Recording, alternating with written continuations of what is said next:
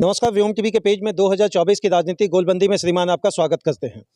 बात करेंगे, कोई भी पार्टी कहीं ना कहीं एक स्टेप तो जरूर करती है, हम आपके दिल में रहते हैं, लेकिन राजनीतिक समीकरण बनने के बाद यूं कहें सीधी भाषा में, जब 5 साल का वोटिंग का कार्यकाल खत्म हो जाता है तो लोग के मन में एक दंश रहता है और बोल देते हैं हम आपके हैं कौन।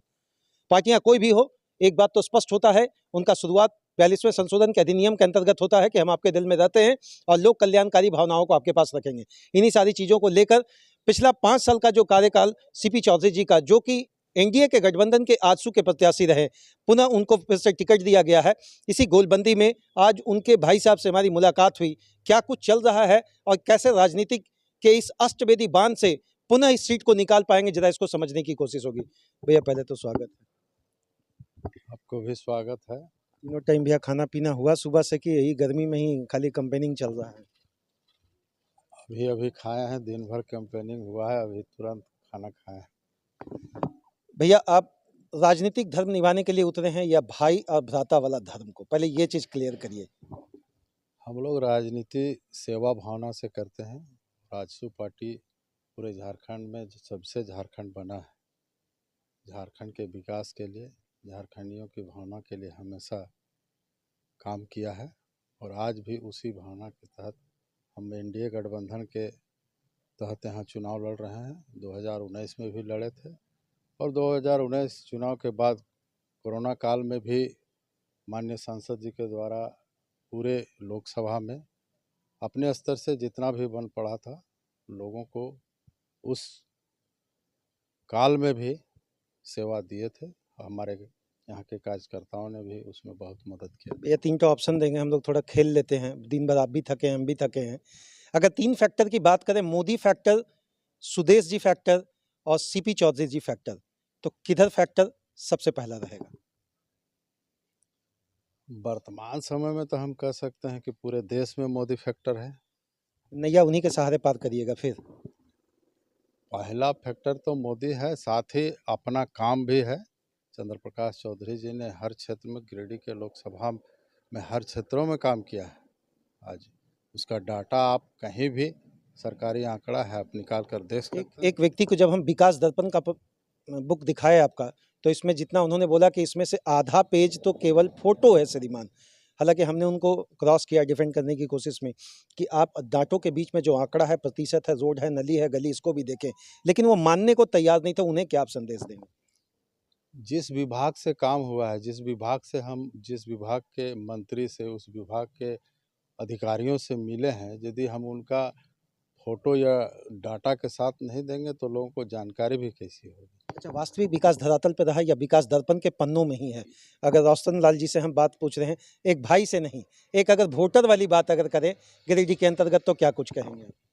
हम सबको चुनौती देते हैं। मीडिया में आप हैं तो आपको भी चुनौती देते हैं कि जो किताब में है आप धरातल में जाके आप देख सकते हैं। हर काम हुआ है और जो आधा अधूरा काम है, आने वाले समय में हम लोग जीतकर उसको पूरा करेंगे और गिरिडीह लोकसभा को विकास के मामले में भारत में ऊंचा स्थान दिलाएंगे। एक माननीय वो भी हैं उम्मीदवार के तौर पर, उन्होंने कहा किसी एक मीडिया को इंटरव्यू में कि जिधर भी होगा समीकरण महतो के तरफ ही होगा। ये महतो वर्सेस महतो के समीकरण में दूसरी जातियां अपने आप को असुरक्षित महसूस करेगी क्या, या वाकई उनको भी लेकर आप लोग चलेंगे? आप मीडिया से जुड़े हुए हैं, 2019 से भी पहले चुनाव हुआ था। कोई भी उम्मीदवार जातीय समीकरण से चुनाव नहीं जीत सकता। ये गिरिडीह लोकसभा का इतिहास भी रहा है, आप देख सकते हैं। हम जिस जाति से आते हैं उस जाति से अभी उम्मीदवार हैं और भी यूपीए गठबंधन, इंडिया अलायंस से हैं, लेकिन पहले भी जो लड़े हैं आप देख सकते हैं कि एक जाति का एक ही उम्मीदवार होने के बावजूद भी जातीय आधार पर चुनाव नहीं जीता है। निश्चित रूप से वर्तमान समय में सांसद के द्वारा किए हुए कामों से और देश के मामले में देश का जो विकास हुआ है और मोदी जी ने जो भारत का सम्मान पूरे विश्व में बढ़ाया है, निश्चित रूप से पूरे एक एक गांव की जनता इस बात को कहती है कि हम वोट देंगे तो देश के लिए, मोदी जी को कि सीपी चौधरी को? ये थोड़ा सा झगड़ा कर ले हम लोग, कोई दिक्कत नहीं, पब्लिक यही चाहता है कि सवाल हो जाए। वोट हम मोदी जी को दें या सीपी चौधरी जी को?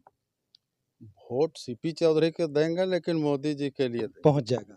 लेकिन मोदी जी जिस तरीके का अपना संसदीय क्षेत्र में विकास किए, सीपी चौधरी जी नहीं कर पाए। ये मेरा नहीं, माननीय विपक्षी लोग का कहना है, माननीय कुछ उम्मीदवार का कहना है, माननीय वैसे लोगों का कहना है जिनका सुबह से शाम तक एक ही धर्म है, सीपी चौधरी को जिंदाबाद का नारा नहीं लगने देंगे। मोदी जी देश के प्रधानमंत्री हैं, उनकी तुलना हम अपने क्षेत्र से नहीं कर सकते हैं, लेकिन फिर भी अपने स्तर से जो भी हुआ है, हम ये दावे के साथ कह सकते हैं कि जितने भी झारखंड में 14 लोकसभा हैं, उनमें सबसे ज़्यादा विकास का काम गिरिडीह एक और लोकसभा में। प्रश्न रहेगा कि भैया कुछ तो पायलट प्रोजेक्ट या ब्लूप्रिंट आप लोगों ने तैयार किया होगा, या अभी आचार संहिता के कारण काम रुक गया, कुछ ऐसा काम जो आने वाले समय में बहुत बड़े स्तर पे आप लोग करेंगे? निश्चित रूप से आने वाले समय में प्रयास रहेगा कि गिरिडीह लोकसभा क्षेत्र में मेडिकल कॉलेज, बड़े-बड़े टेक्निकल इंस्टीट्यूट की स्थापना हो और ऐसा कोई इंडस्ट्री आए जिससे यहाँ के लोगों को रोजगार हो, क्षेत्र का विकास दिखे। वादा कर रहे हैं भैया, भूलिएगा नहीं ना, तो हम फिर पूछेंगे भैया, हम लोग एकदम पूछिएगा वादा है, होगा।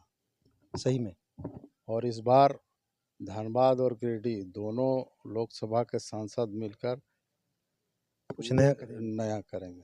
चलिए, बहुत बहुत धन्यवाद। जिस तरह का समीकरण बन रहा है, स्पष्ट तरीके से हम कर रहे हैं, 2024 की राजनीति का पारा जैसे नज़दीक किया जाएगा, इतना तो तय है श्रीमान, आम जनता को बहुत ज़्यादा कन्फ्यूज़न होगा।